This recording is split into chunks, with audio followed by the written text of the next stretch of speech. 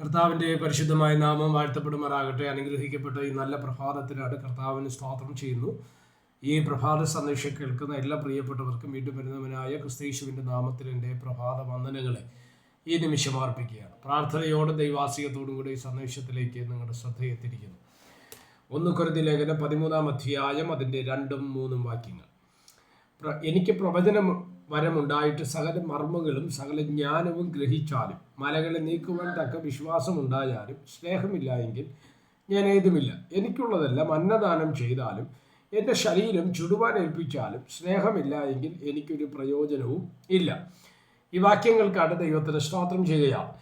1 കൊരിന്ത്യർ ലേഖനം 12-ാം അധ്യായത്തിലേക്ക് നമ്മൾ വരുന്ന സമയത്ത് ദൈവം നമുക്ക് നൽകുന്ന കൃപാവരങ്ങളെ പറ്റിയുള്ള ചിന്തകളാണ് 12-ാം അധ്യായത്തിൽ നമുക്ക് വായിപ്പാൻ കഴിയുന്നത്. അന്യഭാഷവരം, ഭാഷാവരം, പ്രവചനവരം, സ്തോത്രം, വെളിപ്പാടിൻ്റെ വരം, വിവേചനവരം, പരിജ്ഞാന വചനത്തിൻ്റെ വരം, അങ്ങനെ ഇങ്ങനെയൊക്കെയുള്ള വിവിധ തരത്തിലുള്ള വരങ്ങളെക്കുറിച്ച് നമ്മൾ വായിക്കുന്നു. അതിൽ അവസാനം 12-ാം അധ്യായത്തിൻ്റെ അവസാനത്തിലേക്ക് നമ്മൾ വരുന്ന സമയത്ത് ഇനി ശ്രേഷ്ഠവരങ്ങളെ വാഞ്ചിപ്പീൻ, 31-ാം വാക്യം, 12-31, ശ്രേഷ്ഠവരങ്ങളെ വാഞ്ചിപ്പീൻ, ഇനി അതിശ്രേഷ്ഠമായൊരു മാർഗം ഞാൻ നിങ്ങൾക്ക് കാണിച്ച് തരാം എന്നാണ് 12-ാം അധ്യായത്തിൻ്റെ അവസാനത്തെ വാക്യത്തിൽ നിർത്തുന്നത്. അതിശ്രേഷ്ഠമായൊരു മാർഗം ഞാൻ നിങ്ങൾക്ക് കാണിച്ചു തരാം. അപ്പം വരങ്ങളെക്കുറിച്ച് പറഞ്ഞു ഈ വരം നമ്മുടെ ജീവിതത്തിൽ നിലനിൽക്കുന്നതിന് ആവശ്യമായൊരു മാർഗമാണ്. ആ മാർഗം ഞാൻ നിങ്ങൾക്ക് കാണിച്ചു തരാം. അത് അതിശ്രേഷ്ഠമാണ്, ശ്രേഷ്ഠമല്ല, അതിശ്രേഷ്ഠമായ ഒരു മാർഗമാണ്. ആ മാർഗമാണ് 13-ാം അധ്യായം. എന്തുവാ? സ്നേഹം. ദൈവമക്കളെ, ഇന്ന് നമ്മുടെ ആത്മീക ലോകത്ത് നഷ്ടപ്പെട്ടുകൊണ്ടിരിക്കുന്ന ഒന്നാണ് സ്നേഹം. സ്നേഹമെന്ന് മാത്രം പറഞ്ഞാൽ പോരാ, ദൈവസ്നേഹം നഷ്ടപ്പെട്ടുകൊണ്ടിരിക്കുന്ന ഒരു കാലഘട്ടം. വചനം പറയുന്നു, അധർമ്മം പെരുകുന്നത് കൊണ്ട് അനേകരുടെ സ്നേഹം തണുത്തു പോകുന്നു. അങ്ങനെ സ്നേഹം തണുത്തു പോകുന്നൊരു കാലത്തിലേക്ക് വരുന്നു. സ്നേഹം എന്ന് പറഞ്ഞാൽ എന്തുവാ? പാപത്തിൻ്റെ ബഹുത്വത്തെ മറയ്ക്കുന്നതാണ് സ്നേഹമെന്ന് പറയുന്നത്, അല്ലേ? അപ്പോൾ പാപമുണ്ടെങ്കിലും അതിൻ്റെ ബഹുത്വത്തെ ഇതെന്ത് ചെയ്യും? മറയ്ക്കുവാൻ തക്കവണ്ണം ഇടവരും. വേദപുസ്തകത്തിൽ നമ്മൾ വായിക്കുന്ന ക്രിസ്തീയ ജീവിതത്തിൻ്റെ ഏറ്റവും വലിയ അടിസ്ഥാനമെന്ന് വിശേഷിപ്പിക്കുന്നത് തന്നെ സ്നേഹമാണ്. അതുകൊണ്ടാണ് ബൈബിൾ അത് കൃത്യമായി നമ്മളെ പഠിപ്പിക്കുന്നത്.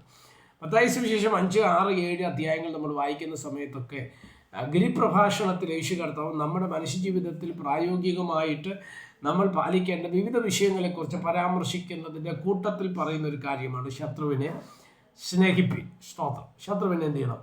സ്നേഹിക്കണം. അത് നമുക്ക് പറയുമ്പോൾ ഇച്ചിരി ബുദ്ധിമുട്ടുള്ള കാര്യമാണ്. ശത്രുവിനെ എന്ത് ചെയ്യുക?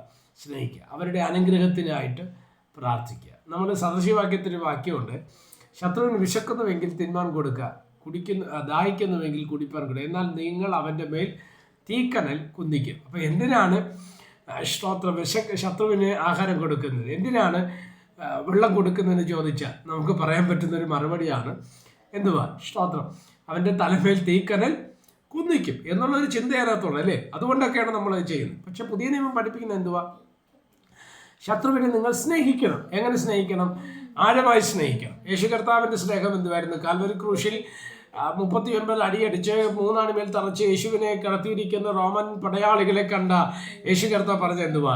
ഇവർ ചെയ്യുന്നത് എന്തെന്നറിയായികയാൽ ഇവരോട് ക്ഷമിക്കണമേ എന്ന് പറയുന്ന ഒരു യേശുവിനെയാണ് നമുക്ക് കാണുവാൻ തക്കവണ്ണം കഴിയുന്നത്. അതുകൊണ്ട് സ്നേഹിക്കുക എന്നുള്ളത് ഏറ്റവും ആഴമുള്ളൊരു കാര്യമാണ്. കർത്താവിൻ്റെ സ്നേഹം നമ്മളിൽ വസിക്കട്ടെ. ഇനി സ്നേഹമില്ലാതെ മലകളെ നീക്കിയാലും സ്തോത്രമല്ലേ, നമുക്കുള്ളതെല്ലാം അന്നദാനം ചെയ്താലും നമ്മുടെ ശരീരം ദൈവനാമത്തിന് വേണ്ടി ചുടുവാൻ ഏൽപ്പിച്ചാലും എന്ത് ചെയ്തെന്ന് പറഞ്ഞാലും സ്നേഹമില്ലയോ അതുകൊണ്ട് ഒരു പ്രയോജനവും ഇല്ല എന്നുള്ളതാണ് ഈ വാക്ക് നമ്മൾ പഠിക്കുമ്പോൾ മനസ്സിലാക്കാൻ കഴിയുന്നത്, അല്ലേ?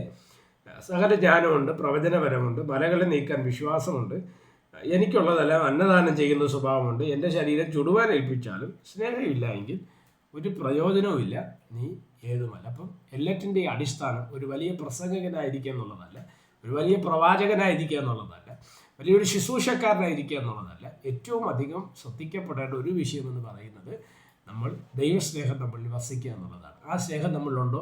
അതുകൊണ്ട് നമുക്ക് പ്രയോജനമുണ്ട്. വേറെ എന്തില്ലെങ്കിലും സ്തോത്രം, നീ ദൈവത്തിന് പ്രിയപ്പെട്ടവനാണ്. കർത്താവ് നമ്മളെ സഹായിക്കട്ടെ. പ്രാർത്ഥിക്കാം. പരിശുദ്ധനായ ദൈവമേ, സ്വർഗ്ഗീയ പിതാവേ, ഈ സന്ദേശത്തിനാണ് നന്ദിയോടെ കർത്താവിന് സ്തോത്രം ചെയ്യുന്നു. ഈ സന്ദേശം കേൾക്കുന്ന എല്ലാ പ്രിയപ്പെട്ടവർക്കാണ് സ്തോത്രം. അവിടെ നിങ്ങൾ സഹായിച്ചാലും ബലപ്പെടുത്തിയാണ് ശക്തീകരിച്ചാണ് എല്ലാ ഭൗതിക ആത്മീയ നന്മകൾ നൽകി ഞങ്ങളെ പരിപാലിക്കും. എല്ലാ മഹത്വവും കർത്താവിന് യേശു ക്രിസ്തുവിൻ്റെ അധികാരമുള്ള നാമത്തിൽ പ്രാർത്ഥനകളെ കേൾക്കണം. സ്വർഗീയ നല്ല പിതാവേ, ആമേൻ. എല്ലാവരെയും ദൈവം അനുഗ്രഹിക്കട്ടെ. God bless you.